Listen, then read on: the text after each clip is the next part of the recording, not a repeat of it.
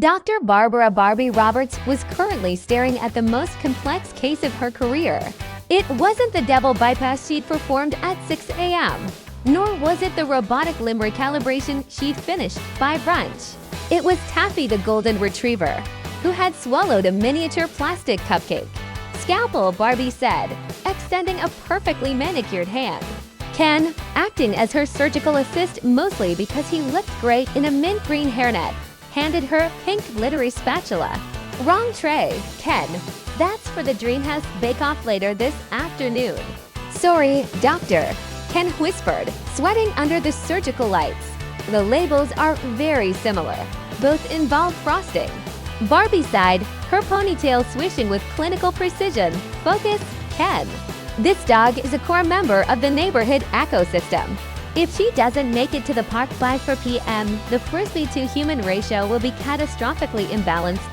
Barbie leaned over Taffy, because she was wearing her day-to-night stethoscope, which played a dance remix of a heartbeat. She had to time her movements to the beat of the music. "I see the obstruction," Barbie announced. "It's stuck right behind the squeaker. I'm going to have to use the specialized retrieval tool." She reached for a pair of oversized, hot pink tweezers. With the steady hand of a woman who has been a pilot, a NASCAR driver, and a competitive archer, she dived in.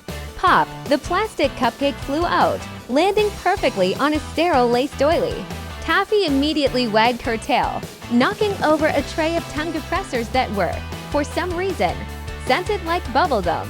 "She's going to make a full recovery," Barbie told the waiting crowd in the lobby, which was just Chelsea and 3 different versions of Skipper.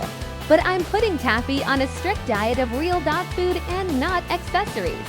Also, I've diagnosed Ken with a mild case of being too helpful, so he'll be resting in the hammock for the remainder of the shift." Chelsea looked relieved. "Thanks, Dr. Barbie. How do you do it all?" Barbie adjusted her white coat, which was somehow still stain-free despite the surgery. "It's simple, Chelsea. When you have 250 careers, you don't have time for things like physics or exhaustion.